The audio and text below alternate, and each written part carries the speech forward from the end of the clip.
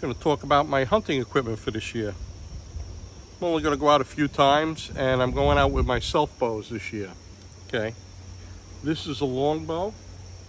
This is a 46 at 26 inch, 66 inch self bow, and it's called Second Chance because it had a little bit of a lift on the grain when I was tillering it, and I was able to use the AE40 Boyer's epoxy, clamp it down, let it sit for 2 days, and I'll tell you, this is the only self bow that ever had a little lift that I was able to fix.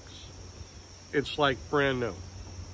So these are my two hunting bows. One is going to be this one here, this longbow, and the other is going to be this recurve. They're both raw hickory staves that were shaped and fire hardened. Okay, this one was steamed in my steam tube that you've probably seen on my YouTube channel. Okay, and this one here is 47. This one's 47 pounds at my draw length. The longbow is 46 at my draw length. Okay, I called Ned at Custom King and I ordered some arrows.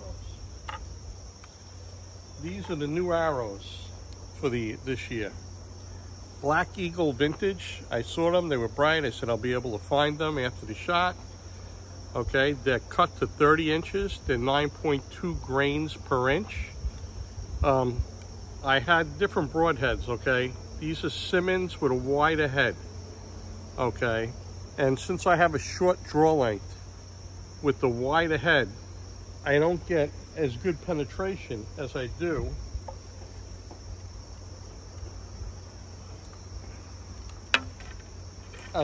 with these broadheads, okay? And what I did was, I'm not sure what they are. They're close to Magnus Stingers. I ordered 150 grain Magnus Stingers. All right, so they're coming. They'll be here in a day or two, and then I'm going to take them in the woods. But they're similar, and what I found out was even these are harder to sharpen, but if you take your time, you can get them sharp, okay? But what I found out was the smaller head gives you 2 inches more penetration than this wide wing. And when it comes to self bows that may be a little slower or whatever, I'd rather have that extra penetration going through the animal.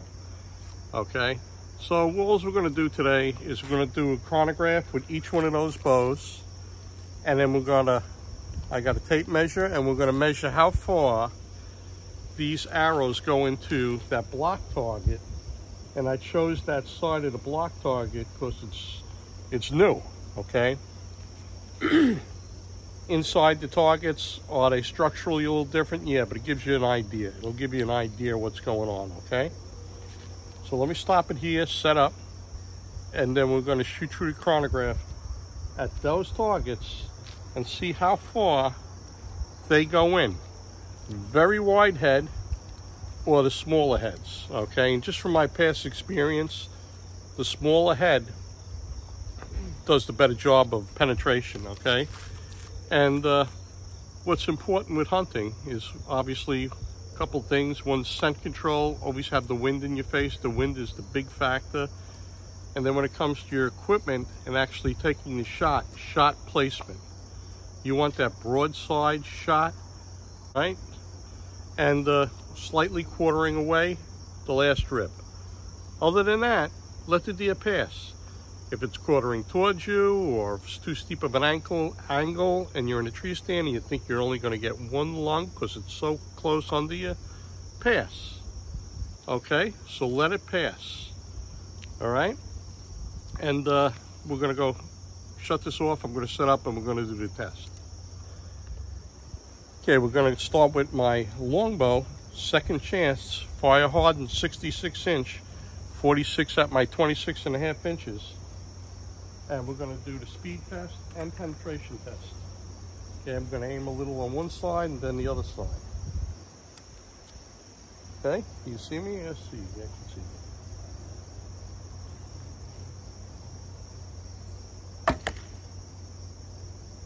141. 141.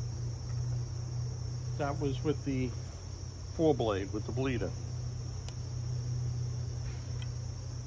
And they should fly the same. The weight is just off by a little bit. The Simmons head that I have here, let me see what the arrows, if I have it written down what it was.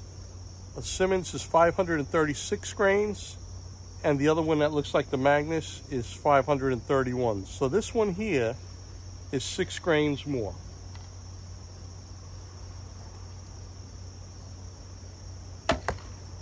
Okay, I put one on each side. This is 124. Big difference, 124. Okay, I don't know why. Kind of weird. I don't know why. We're gonna have to do that again. I don't know why the wider blade would be slower, but that's what it is. So let me get them again. I'm gonna reset it and recheck them. But before I do, let's see how far they went into the target. Let's take a walk down and check.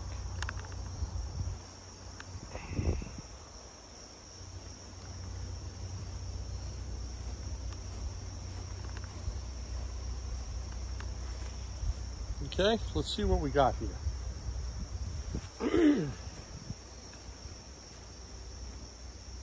There'll be a little final tuning. You know, I have some fine grain washes when I do get those magnets in. So let's see what we got. I'm gonna put my thumb here.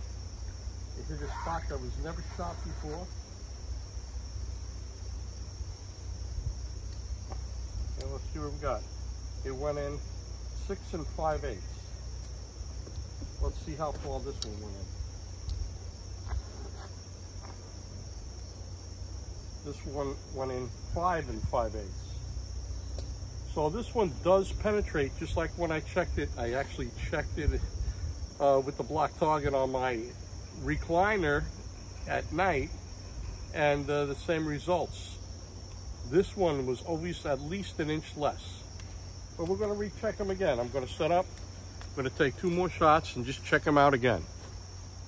Okay, and just so you know, the bow of choice for this year for me hunting is going to be the recurve. Okay, but let's do this test again on this chronograph to see how fast these arrows are flying.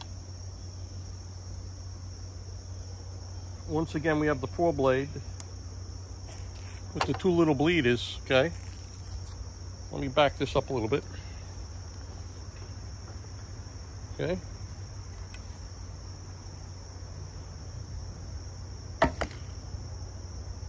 Okay. 124. And then we have the Simmons.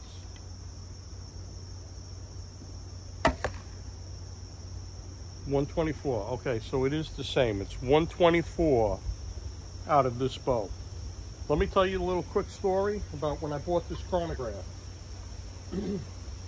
When I bought this chronograph, I have an old Herder's 46. That's 46 pounds. 46 inches, 46 pounds. I've taken a lot of does. I never took a buck with it, but I've taken a lot of does with it. And when I got the chronograph, I was shooting through, it was 124 feet per second, just like that. And I'm saying, how could that be? This thing's got to be busted or something. But it wasn't. I sent it back to them. They rechecked it. They calibrated it. They were really nice. And it's a pro chronograph. The people there are wonderful. They sent it back, and it was accurate.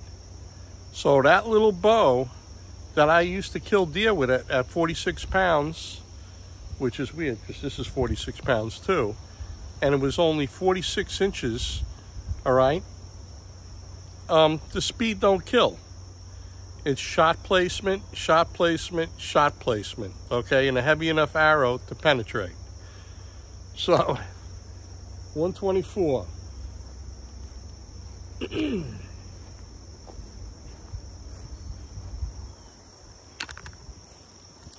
So just so you know, the other thing too is, that's a pound less, and that's a longbow. And these are a little tail right, so that kind of means that they're a little stiff, because I had these tuned for the recurve. We'll see one more time what we got.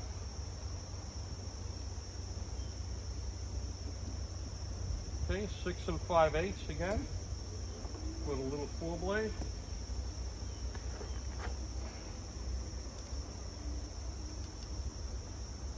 This one now we got like 6 inches for this. So you get more penetration. I'm getting more penetration with the one with the bleeders because it's narrow and small rather than a wide head. Okay? It's just the way it is. Okay? It sounds kind of weird. You would think, oh, I'm going with the biggest, widest blade.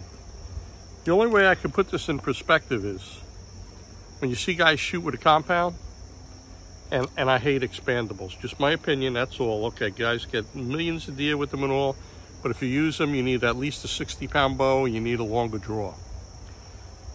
But guys with expandables, you see them, they never get a full penetration if they have a lower weight bow or a shorter draw. The arrow's always in the deer, okay? But if they were to use a cut-on impact head, they blow right through. My son got his first deer with a compound when he was 12, and it was 23-inch draw. He was using 1916 arrows for the weight. He had a little Simmons Shark, the 100-grain narrow tip, blew right through the deer, and we watched the deer fall. I have it on video somewhere, so I don't know how to transfer it back to my phone and put it on YouTube, but we watched it fall, okay? And you could never do that with any kind of head other than cut on impact, okay? Short draw. You got a short draw and a lower pound bow. Always use a cut on impact. And don't go for the biggest cut on impact, okay? Because how I relate to the expandables is when the arrow hits and those wings open, it's like putting out your hands. It's like when you're older guys and they're driving in the car and your mother hits the brakes and she puts her hands out like that's gonna stop you, right? That's what it's kind of like, you know, you put your hand out. So when the wings open up, it stops it, it slows it up, okay? And you don't get a lot of penetration. So do what you want, shoot what you want, I don't care. I'm just talking traditional today. Sometimes the littler heads, okay, the Magnus Stingers, different ones, there's a lot of good ones out there. These are good, I don't even know what they are. I have 30 years of broadheads in the boxes, all right? But all I can tell you is the Magnus Stingers, I have them coming 150 grains like this. Okay, so now we're gonna go back and we're gonna shoot the recurve.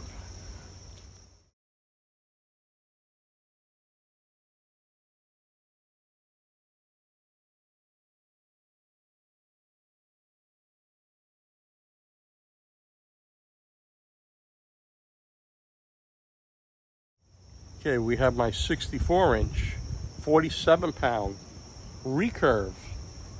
That was a live hickory tree. I steamed it, curved the tips, and I fire hardened it. Okay, now we're gonna see how this shoots. Okay, this time I'm gonna shoot the Simmons, the wide tree shark, I believe it is.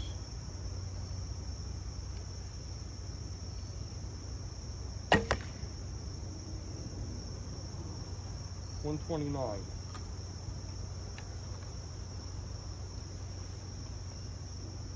Now we're going to shoot the 4-blade. Should be the same. Should be 129.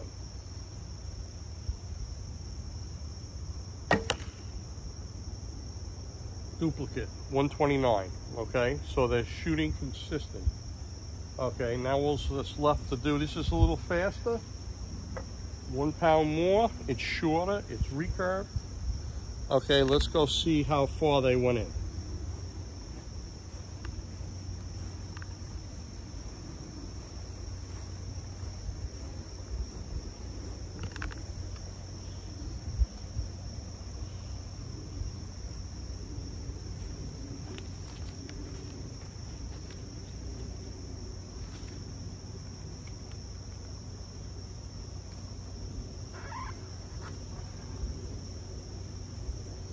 Okay, the Simmons went in 6 inches.